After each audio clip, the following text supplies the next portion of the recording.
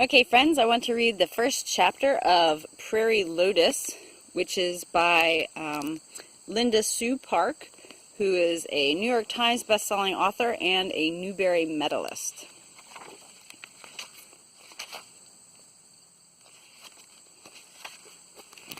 And this is in Dakota Territory, April 1880.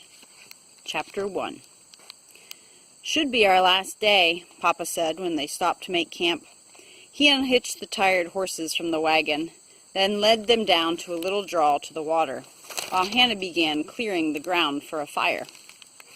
They had journeyed for almost a month since leaving Cheyenne, their most recent stretch in near 3 years of travel. 3 years without a home. Tomorrow they would reach their destination, La Forge, a railroad town in Dakota Territory. Hannah was looking forward to cooking supper. They had been able to buy groceries in North Platte, but since then it had rained for almost a solid week. They'd had to make do with meal after meal of stale biscuit and cold beans. She had put dried codfish to soak the night before. Soup, she thought, with onions and potatoes. Papa returned with the horses and a bucket of water. He fastened the horses to their picket lines, then left again to gather some brushwood. "I'm going to make soup," she told him when he returned to start the fire. "About time we had a hot meal," he said. Hannah bristled at the note of petulance in his voice. The dreary weather of the past week had hardly been her fault, but she said nothing, not wanting to start a row. "Sky's clearing," he said. "Maybe it'll be easier to scare up a rabbit or something." He went off with his gun on his arm, his long-legged strides covering ground quickly. Hannah watched him until he vanished behind a low rise. The endless prairie looked flat at first glance, but the land was never completely level. Rain had rinsed the gray and beige plains, leaving behind a translucence of green that was growing denser every day. She went into the wagon and opened her trunk. She took out a piece of plain brown wrapping paper, a pencil, a rubber eraser, and a well-worn magazine. The paper had been folded accordion style several times and folded across twice. Opened out, the creases formed rectangles about 2 inches wide and 3 inches tall, 3 dozen of them. Hannah had used up about half of the rectangles on one side of the paper. In each was a small pencil sketch of a dress. House dresses, visiting dresses, dresses for church, even ball gowns. She had seen pictures of ball gowns in Godley's Lady's Book magazine, and it was fun to draw the elegant garments, even though she would never have a chance to see or wear one. Now she leafed through an issue of Godley's from last summer, the latest she had been able to get. On page after page there were drawings of every kind of garment. Some were available ready-made. For others, paper patterns and instructions could be mail-ordered. She found pictures of 2 gowns that interested her. She took up her pencil and began to draw, combining the bodice of one dress with the skirt of the other. She also added a trimming of braid around the cuffs and hem of the bodice. She eyed the drawing critically. Something wasn't quite right. The skirt was too full for the length of the bodice. She erased the skirt and drew it again, this time with a slimmer profile. Yes, better. For the past 3 years, Hannah had done all the family sewing. Papa bought his coats and jackets. She made his trousers, overalls, shirts, drawers, and nightshirts, as well as her own dresses and undergarments. Using paper patterns that had belonged to Mama, she knew how to adjust measurements to the correct size. She could backstitch, whip stitch, sew buttons. When she hemmed a garment or added trimming, her stitches were nearly invisible. With all that experience behind her, she was confident that she could make a dress of her own design, and she intended to try very soon. She loved sketching because it took all of her attention. She could stop thinking about the rest of the world for a while. As for sewing, most of the time it was both soothing and satisfying. She hadn't been able to draw or sew for several weeks now, riding in the wagon. It was too bumpy for fine work, and by the time they stopped to camp, it was almost always too dark. Before long, she had to put away her drawing things to cook supper. She lifted the 3-legged cast-iron spider from its hook on one of the wagon bows. It was deep enough to make soup for 2 people. Spider in hand, she jumped to the ground, took a few steps, and stopped at mid-stride. A group of Indians stood in a loose semicircle between the wagon and the fire. Hannah had seen Indians from the wagon several times, but always at a distance. At such moments, Papa seemed watchful, but not particularly worried. He told her that the government had forced the Indians in this region, most of them members of the Sioux tribe, off the wide-open prairie and onto tracts of land reserved for them. They were not allowed to leave that land without special permission from the reservation's Indian agent. Hannah looked over the group quickly. 3 women, the eldest with gray-streaked hair, a girl a few years younger than Hannah, and 2 little girls. The women were wearing faded blankets or shawls. They carried cloth sacks or bundles. One had a baby tied to her back. Mothers and daughters. Hannah thought at once of Mama. What would she say or do if she were here? "Hello," she said. "I was just going to make soup. Would you like some?" Mama had always been a great believer in soup. She could conjure delicious soups from nothing but scraps and bones, and she had taught Hannah the secret. One strongly flavored ingredient could make the whole pot of leftovers tasty, and you didn't need much of it.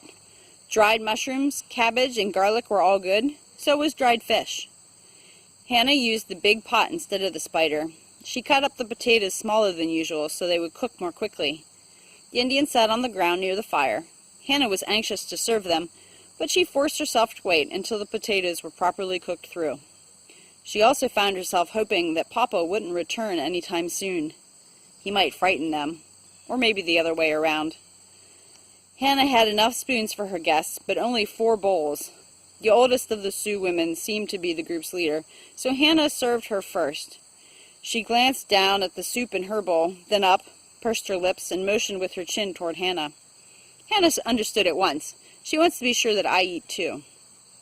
She filled 2 more bowls and handed them out for the rest of the group to share. The 4th bowl was for herself. She sat on the wagon steps to eat, near the group, but not with them. The women talked quietly among themselves. Hannah wondered what they were saying, but at least she could tell that they were enjoying the soup. After the oldest woman tasted it, she said something to the others. Then another woman had a bite and said something else. They each took a second bite and had further conversation. It was just like Mama's friends in Chinatown, or the lady visitors at Miss Lorna's boarding house. They were talking about the soup, the ingredients, the flavors. By the end of the meal, the 2 little girls had grown brave enough to draw near Hannah. When she smiled at them, they shrieked in delight and ran back to the others. The women rose to leave. Their leader addressed Hannah. Her voice was quiet as she nodded at Hannah. Hannah nodded back, hoping that was the right response. Mama always gave guests food to take home. She turned and hurried to the wagon, found an empty flour sack, and put a few fistfuls of dried beans, then returned to her guests. She handed the sack to the gray-haired elder. The old woman turned and had a brief exchange with her companions. One of them reached into her bundle, pulled something out, and passed it to the leader. She held it at shoulder height. It dangled from her hand. It looked like a string of small white onions or perhaps bulbs of garlic, braided together by their stems. The old woman nodded at Hannah, then said something that sounded like Timsina. She gave the braid a little shake. "Timsina?" Hannah repeated hesitantly. The little girls giggled and the woman smiled. "Timsina," Hannah said, this time with more certainty. The old woman gave the braid to Hannah, who examined it with interest. The white tubers were clearly some kind of vegetable. The largest at the bottom was as big as a child's fist. They tapered in size along the length of the braid, the smallest about the size of a walnut. She touched one of them. It was rock hard. "They've been dried, like Mama used to do with mushrooms."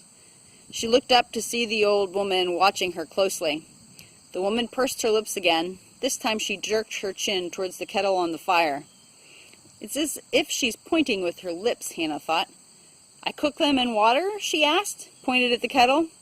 Shaking her head, the woman motioned toward the kettle again, then toward the sky, tracing the path of the sun from east to west. She held up 3 fingers. 3 days? Hannah said, "She can't possibly mean to cook them for 3 days. Kettle, water. Oh, I should soak them for 3 days before I cook them?" She made the appropriate gestures as she spoke. The old woman smiled and nodded, then waved toward one of the empty soup bowls. "Soak for 3 days and then use them in soup?"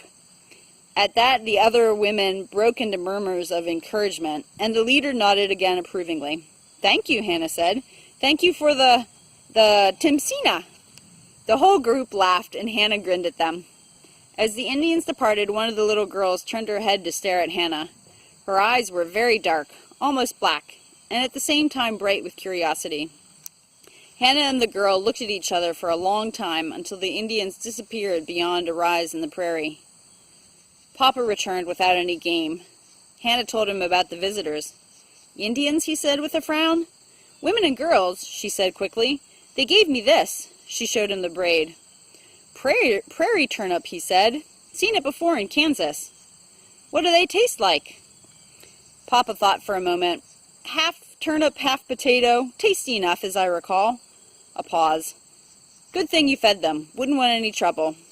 Hannah let a moment go by. She didn't want to sound impudent. Not even a hint of trouble, Papa.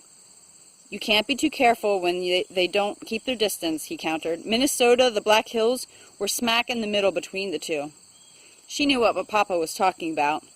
For years there had been bloody skirmishes between the Indians and white people. Like many tribes, the Sioux had signed a treaty with the U.S. government promising that white settlers would not encroach on Indian land. Every single treaty had been broken, by settlers or the government, or both. I don't blame them for fighting back, Hannah said. It's just not fair. That's not the point, Papa said. He made a wide sweep with his arm, almost a full circle. Most of the land around here used to be part of the Great Sioux Reservation. They left it as it was, all wild and unfarmed. So why shouldn't folks settle here? The land ought to go to people who work to improve it. That means farming, railroads, businesses, churches, schools. You want those things. You got to have somewhere to build them. Hannah did want those things. She especially wanted to go to school. She wondered why it wasn't possible for whites and Indians to share the land somehow. But she already knew from living in California that most white people didn't like having neighbors, Chinese, Indians, Mexicans, who weren't white themselves. Hannah wrapped the prairie turnips in a clean feed sack. Her next thought surprised her. They all had black hair. I haven't seen so many people with black hair since we left Chinatown in Salt Lake. She drew in a long breath. And there won't be anywhere we're going either.